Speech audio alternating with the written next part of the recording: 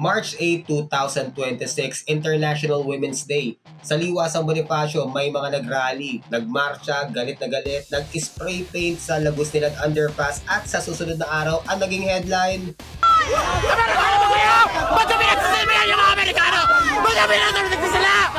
nadumihan ng mga vandals ang Manila Underpass, iyon na naging takeaway ng marami. Hindi ang 1.9 trillion na ghost projects ng DPWH na flood control projects, hindi ang siyam na EDCA sites, hindi ang posibilidad na maaari tayong maging target practice, ang ating bansa ay maging target practice ng isang digmaan na hindi tayo ang may pasimuno. Ang mga spray paint, ang mga vandals, ang naging headline, si Roman.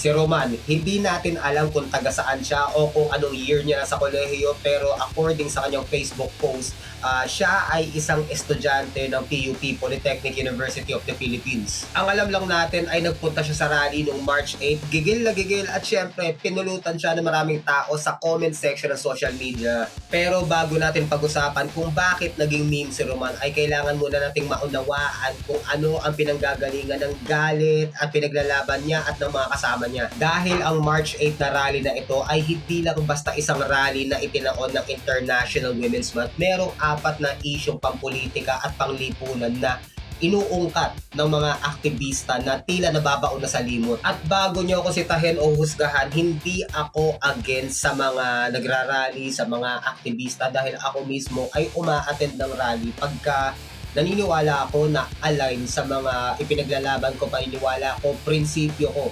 Yung mga pinaglalaban ng rally na aatinan ko, at kung hindi naman ba't ako pupunta. At ang tanong na dapat natin itanong ay hindi kung bakit nag-vandal sila, kung hindi anong sistema ang nagtulak sa kanila para pumunta sa rally na yun. Kaya ngayon ay pag-usapan natin ang totoong nangyari noong March 8 na rally, hindi yung mga meme at mga splice video na nakikita mo sa TikTok. Kaya tara, atin na simulan. February 28, 2026, nagsagawa ang Israel at Estados Unidos ng magkasabay na military strike sa iba't ibang syudad ng Iran. Tehran, Tabriz, Menab, at ang supreme leader ng Iran ay napaslang, at sa loob lang ng ilang oras ay nagbago ang itsura ng buong Middle East. Ngayon, bakit natin kailangan pag-usapan to? Di ba nasa ibang bansa naman yung gera? Di ba? At ang layo naman natin doon kasi may papel tayo doon, may kasunduan, may pangalan pa nga, EDCA, katunog lang ng kahit anong government agency na nag-aasikaso ng PhilHealth contributions mo. Siyam na military airbase, Siyam, Basa Air Base, Fort Magsaysay, Palawan, Cagayan, Isabela, Balabac, at apat sa siyam na yon ay idinagdag pa ng kasalukuyang administrasyon. At ang official na pahayag ng Department of National Defense ay Philippine facilities and not US bases na ginagamit para sa mga training and disaster response, and technically speaking, tama naman sila. Pero basahin natin ang Article 3 ng EDCA na ang US forces ay may operational control at walang sagabal na kahit ano whatsoever. Para sa mga kritiko, tila isa itong pagsuko ng ating local authority, pero sa mga supporters naman at naniniwala dito ay ito ay isang logistical necessity para sa isang gumagana na military alliance. At may mga areas doon na hindi pwedeng pumasok ang kahit sinong opisyal ng ating Armed Forces of the Philippines nang walang pahintulot ng mga Amerikano. Interesting. Pero ano ang tawag mo sa isang lugar na pag-aari mo raw pero hindi ka pwedeng pumasok kung kailan mo gusto? Kaya nang nagsimulang umatake ang Iran sa mga bansang kaalyado ng US military kagaya ng Jordan, Qatar at UAE, ang tanong ni Senador Tulfo ay baka target na rin tayo. At ang tanong naman ng Gabriela na Makabayan Black at ang libo-libo mga Pilipino na kung target na rin tayo, sino ang naglagay sa atin sa sitwasyong ito? At ang official na pahayag ng pamahalaan ay walang banta, hindi tayo nasasangkot, hindi tayo nadadamay, pero ang sinasabi ng mga nagmarcha noong March 8 ay nadadamay na tayo, hindi lang natin alam. At hindi ito abstract na geopolitics para sa mga may asawa o anak sa Middle East, kasi para sa kanila ito ay literal na buhay at kamatayan. Pero ang tugon ng pamahalaan ay trust the process, trust the alliance. Okay.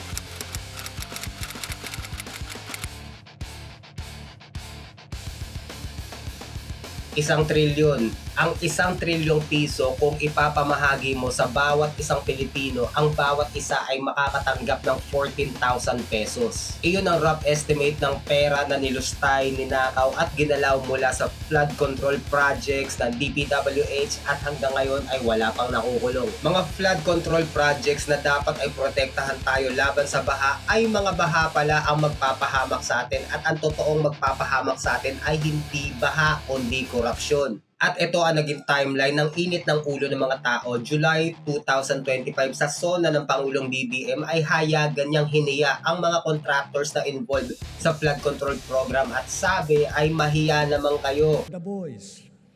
Kaya sa mga nakikipagsabwatan upang kunin ang pondo ng bayan at nakawin ang kinabukasan ng ating mga mamamayan, mahiya naman kayo sa inyong kapwa Pilipino.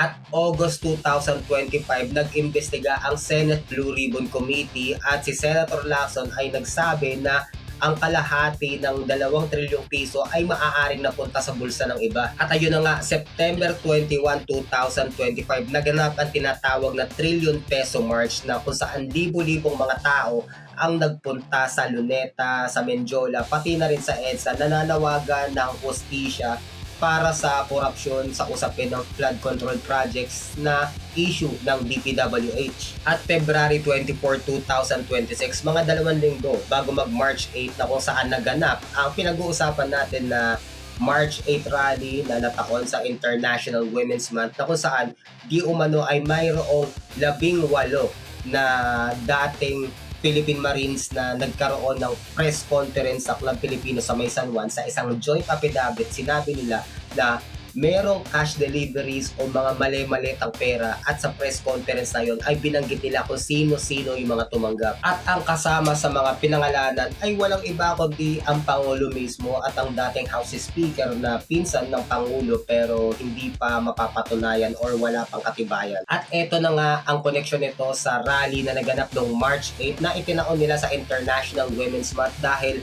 ang korupsyon ay hindi abstract na issue ng good governance, kasi pag issue ng corruption, talagang damay tayong lahat, bata, matanda, babae o lalaki o kahit sino pa.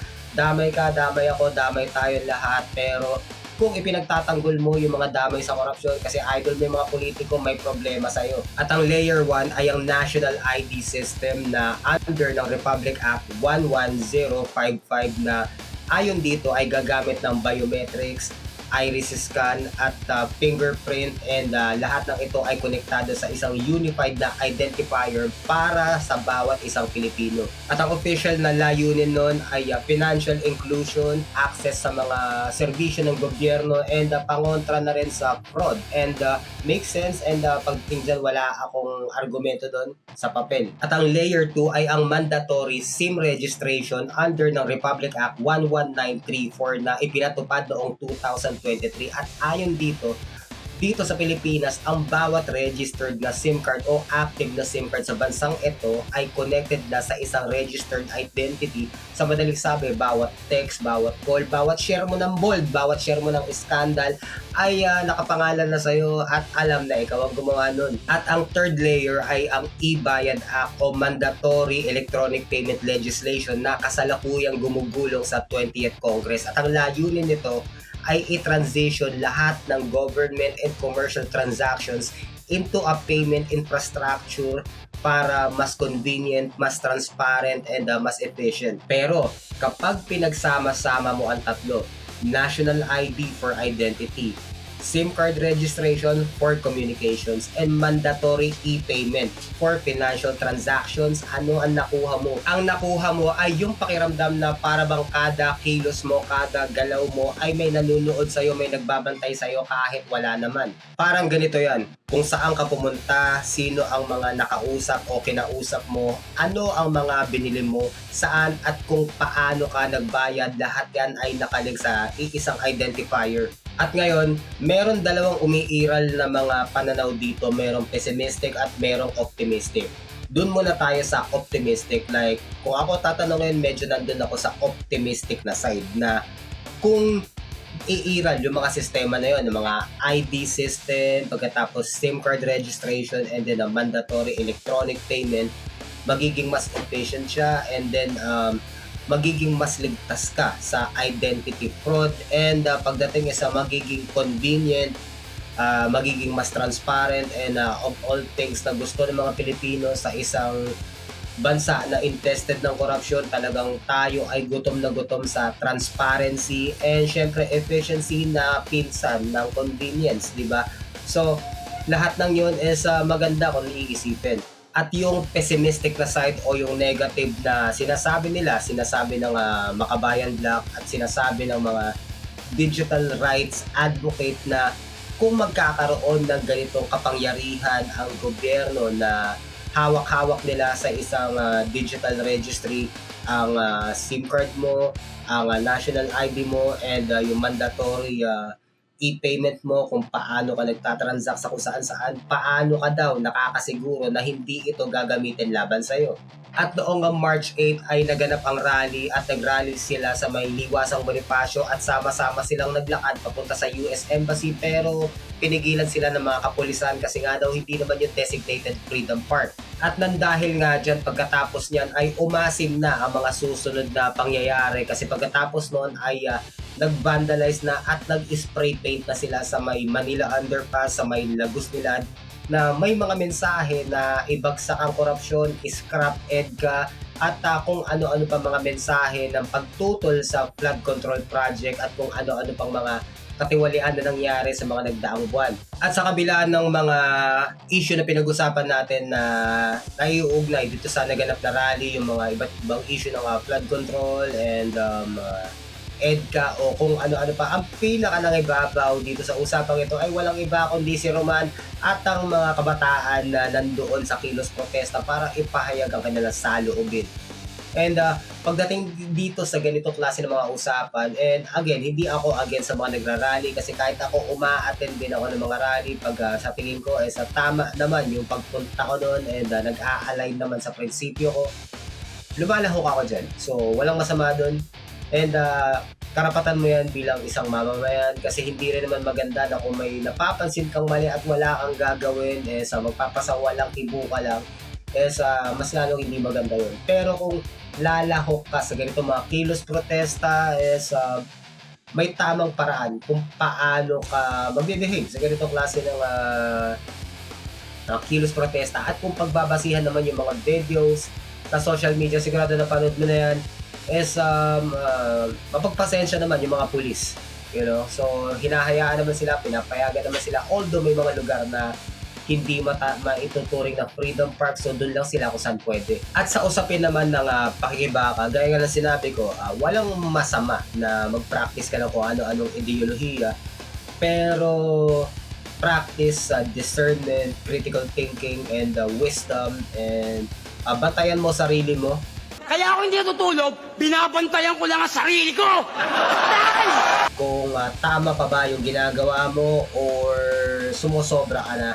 Kasi may mga tamang paraan kung paano mo ipapahayag yung saloobin mo, pero mag-ingat tayo na sumobra tayo at maging extremist tayo at huwag naman tayong umabot sa ganun. And manatili tayo dun sa sibilisadong pagpapahayag ng saloobin natin, and napakapasensyoso nga ng mga pulis, you know. And again, uma-attend ako ng rally, hindi ako necessarily against sa ganito kasi minsan ay laban din ako ng mga kilos protesta na ganyan, lumalabas din ako. And so yun lang, kumbaga mayroong tamang paraan kung paano mo ipapahayag yan, pero hinay-hinay kasi baka masobrahan tayo. At yun lamang ang video natin para sa pagkakataong ito. And kung nagustuhan mo ang video na ito, maaari mag-like, share, and subscribe ka. And share mo na rin sa mga kaibigan mo and mga katropa mo. And huwag kayo maging extremist. And once again, Juice Pancho signing out. Yeah!